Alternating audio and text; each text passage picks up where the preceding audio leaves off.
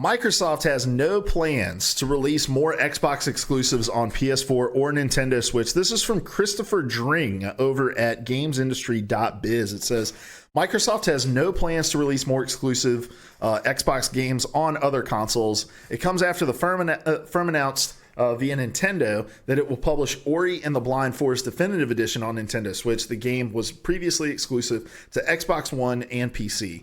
Nintendo and Xbox have been collaborating over the past 12 months, including the introduction of Microsoft's Banjo-Kazooie into Nintendo Smash Bros. Ultimate. Nintendo also called out our friends at Microsoft for supporting the release of Cuphead on Switch, although Microsoft has told GamesIndustry.biz that Cuphead was never an exclusive Xbox IP and is the property of developer studio MDHR. Xbox has also recently acquired a number of studios that have released or will release games on Nintendo Switch, including Obsidian, Double Fine, and Ninja Theory. However, in a statement to GamesIndustry.biz, Microsoft has played down future releases. Quote, the past year has been an exciting time for us as we have more than doubled the internal creative teams making up Xbox Game Studio. As these new studios transition in, we are aware of some existing commitments to other platforms and will honor them. However, going forward, these new studios will focus on making games for our platforms. We have no plans to further expand our exclusive first-party games to other consoles. We continue to believe deeply in crossplay and progression of games with the right flexibility for developers to ensure a fair and fun experience. This is interesting. I don't know if you guys want to hit the rewind button and think back to some stories we talked about last week where Xbox executive Matt Booty came out and said that they would be open to discussion specifically in reference to Double Fine, to releasing future Xbox exclusive titles on other consoles when it made sense. And so this messaging kind of flies a little bit in the face of what we talked about last week. And flies a little bit in the face of what Matt Booty said in that interview. And I understand that Matt Booty may not be the person who can make that call directly. And so, towing that line to not back yourself into any corner is just to say we're open to it. And this is more of a firm shutting of the door. The GamesIndustry.biz article does go on to talk about how Xbox is going to start making its IP accessible on other devices through xCloud, and I think that's an interesting note here. From what I understand about the way xCloud currently works, is that you are playing your Xbox games that you own and play on your console, streamed from your console to a wireless device. Somebody correct me if I'm wrong. But essentially, the way that it's currently set up is that your Xbox acts as a local server that broadcasts a signal that you can connect to via a wireless device that supports xCloud. And you play those games off of your own hardware. Again, maybe wrong there. I'm not the most technically savvy when it comes to that. And so I do think it makes a little bit of sense for them to say, like, look, we have good faith and we believe in collaboration and partnership. But as we're working on making our games accessible on these other platforms, which are going to allow for mobility when you're playing, we're going to back off of that so that we can show you what you can do within the Xbox environment. I think that's interesting. I still hold firm to some of the things I said last week. I think it makes sense in Xbox kind of like console agnostic approach that we seem to have been seeing, like the more focused on services rather than hardware approach that we've been seeing. I think it makes sense for them to entertain the idea of like, oh yeah, maybe we should put Ninja Theory's games onto other platforms or Double Fine's games onto other platforms. But I think it makes equally as much sense for them to say like, look, PlayStation has garnered a lot of goodwill and has gained a lot of success by building up a TSM, thank you so much for the follow. Hope you are having a wonderful Tuesday. This is the PvA Nightly Rundown, the nightly gaming news show where I run you through all of the gaming news that you may have missed throughout the day so that you don't look like a fucking idiot at the water cooler tomorrow.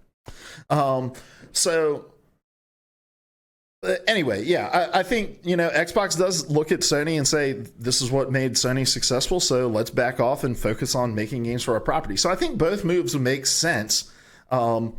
And it's interesting to see that after the conversation we had last week, that they're kind of shutting the door on that speculation that in the future these titles are going to be coming to other platforms.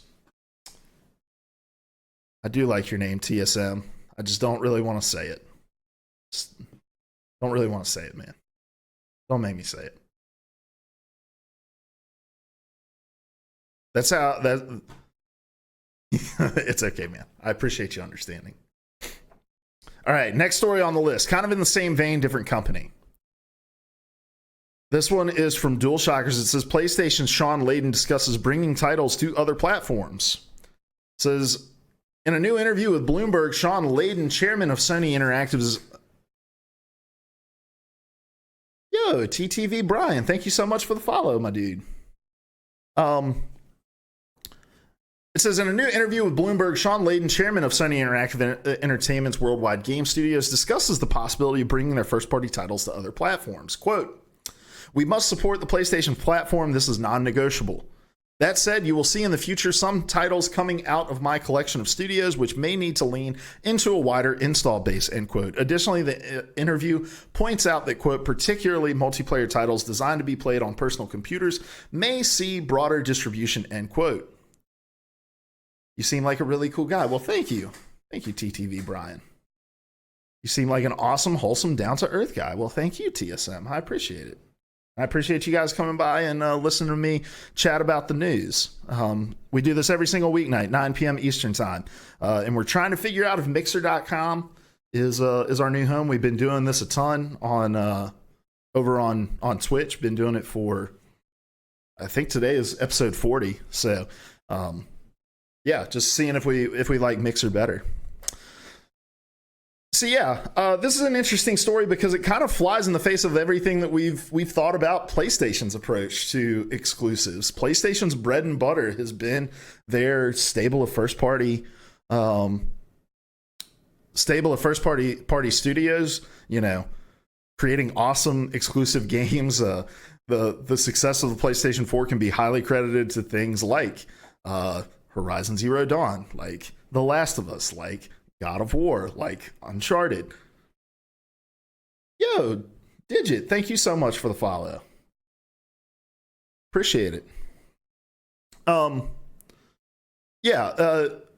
Their success has been on the back of games that like stay within the walls of PlayStation and don't move any further out. And so to see them talking about this idea of like, Brian H, thank you so much for the follow. So seeing them talking about this possibility that like, hey, we'd be open to bringing games is interesting. But I also kind of believe it's just a little bit of lip service. Sony has taken a lot of punches for their unwillingness to kind of be open about their platform. And Digit, thank you so much for the host. Appreciate that as well. Sony's taking a lot of lumps for not wanting to play nice with other people. And TSM, thank you so much for the host. And TTV Brian, thank you for the host as well. And so I think in this environment where it looks like, okay, Xbox is wanting to put their games on other platforms. Xbox is wanting to put their games on other platforms. Nintendo seems to be getting a little more open. We're seeing almost everything coming to PC. That PlayStation doesn't want to be viewed as the bad guy like they were in the whole Fortnite conversation last year during E3. To be the guy that's like, oh, we're just hoarding up all of our properties and keeping them in our cave like we're a fucking dragon laying on a stack of gold. And so I think this is a little bit of lip service. I think PlayStation understands that their success is fully contingent on exclusives. People buy Sony consoles because of the exclusives.